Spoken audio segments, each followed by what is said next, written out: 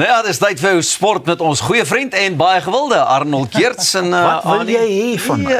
Ek meen jy loop so lekker hier rond koffie en brek en so aan. Okay, ek sal vir jou koffie bring. Hoor, dis vir die volgende week is dit my diens. Baie dankie, jy sien. Daar het jy So net so. Drie Suid-Afrikaanse sportspanne oor die naweek gespeel. We won everything. Bafana. DNA, dis RNA. Ja, Bafana was wonderlik. Maar voordat jy nou aangaan met hierdie sport, wat het jy gedink van ons Olimpiese gedagte om die Olimpiese spele aan te bied? Ek voel dieselfde. Onthou julle, ons het so 'n paar weke terug vir Hendrik Verwoerd hier gehad wat gepraat het oor F1 en Hendrik het gesê, verduidelik jy vir 'n hongerkind wat honger moet gaan slaap in die aand, ons wil eerder 'n F1 Formule 1 wedren hier hê as om jou kos te gee. En ek dink dis my uitgangspunt. Ek stem heeltemal daarmee. Dit sal wonderlik wees, maar dis misplaas. Op hierdie stadium is dit heeltemal verkeerd. Kan nie reg wees. Dalk 30 jaar van nou af. As ons dinge reg gekry het hier. Die misdaadsyfer. Dis een ding wat ons glad nie eers oor gepraat het nie. So nee, kom ons kom terug by Bafana en die goeie sport. Baie dankie. 3-1 in Zambia. It's pushed them up in the world rankings. They are doing so well. Dis 'n goeie begin. Na hulle probleme met met 'n speler wat moes gespeel het en nie moes speel nie. So ons is op die regte pad. En dan natuurlik die cricket gister.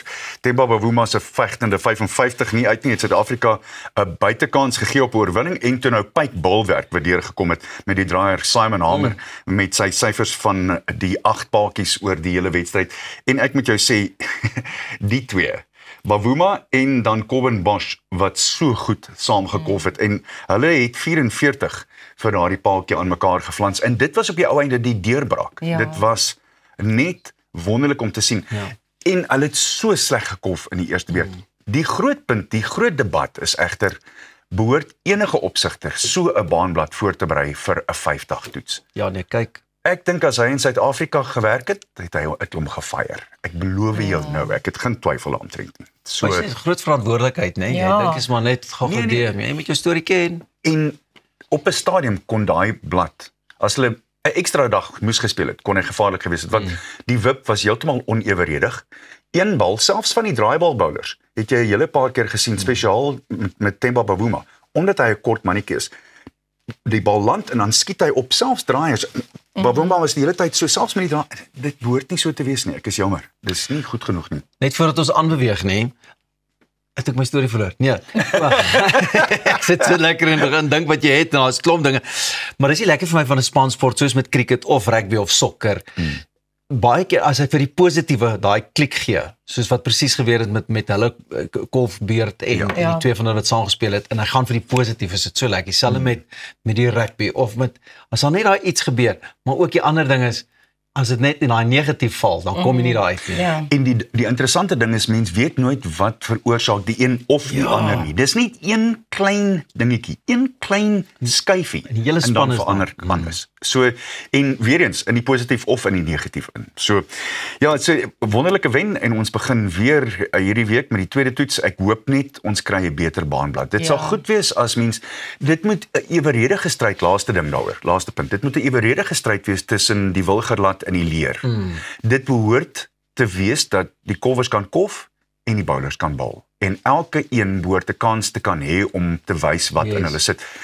Bavuma se 50-tal was die hoogste sy 55 was die hoogste kolfbeurt van die hele lot. Van 22 kolwers. Nee man, rarig. Dan, ek het so lekker gekry. Ek het hierdie stukkie gaan opkyk, hoor wat sê Bobby Skinstad oor die Iwe Dr. Erasmus. Luister wat sê. Laat ons luister. Bob, so much has been said this week about Andre Esterhuizen's, not even his performance last weekend, but more, I guess, this role that he now has, this hybrid forward back role, which has become a major tactical weapon that the Springboks now have in their arsenal, hasn't it? It has. I mean, I think, we were doing some prep for the show, and I sort of thought back about 6 months ago. Erasmus was talking about preparing for the biggest games. Not only World Cups, but obviously autumn series is huge for Southern Hemisphere teams and coming over here at a difficult time of year, etc. And he said, what we fight against is red cards. We fight against ourselves. And the movement, the ability for him to have a player I mean, remember, Andre Esterhuizen is an inside centre, but he's 127 kilograms. So this is him driving at the back of a lineup. I mean, all the forwards would be delighted he's there because it's extra power. But then what happens is in this game is when they have to defend the full back line, he can go back to his position of centre. And, you know, there's an inside centre, the hands, the ability, he's broken off the back of a line out and created attacking opportunities. So I really think it's an extraordinary, innovative way to deal with it. And there he is at the back of a line out in defensive mode, taking away the advantage that France had because there's not a numbers problem anymore. He's gone back to 12. Marco and I were just talking about it this earlier. They've negated the negatives of having a red card, which, I mean, extraordinary. Why would you even think like that? You know, they're completely out the box.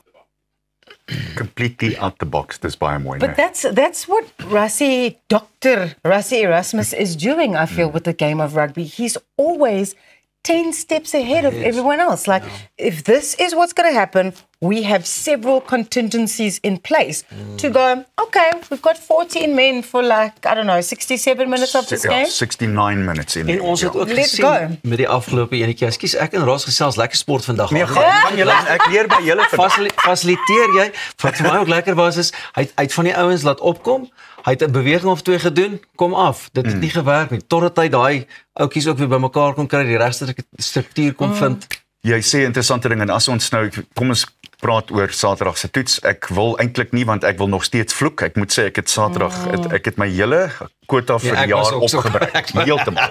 Maar hierdie beslissing sal ek nooit verstaan nie. Sal dit nooit verstaan nie. So die eerste ding is hier, die skeieregter vra, was daar kontak met die kop en die TMO sê ja, daar was. Duidelik was daar nie kopkontak nie.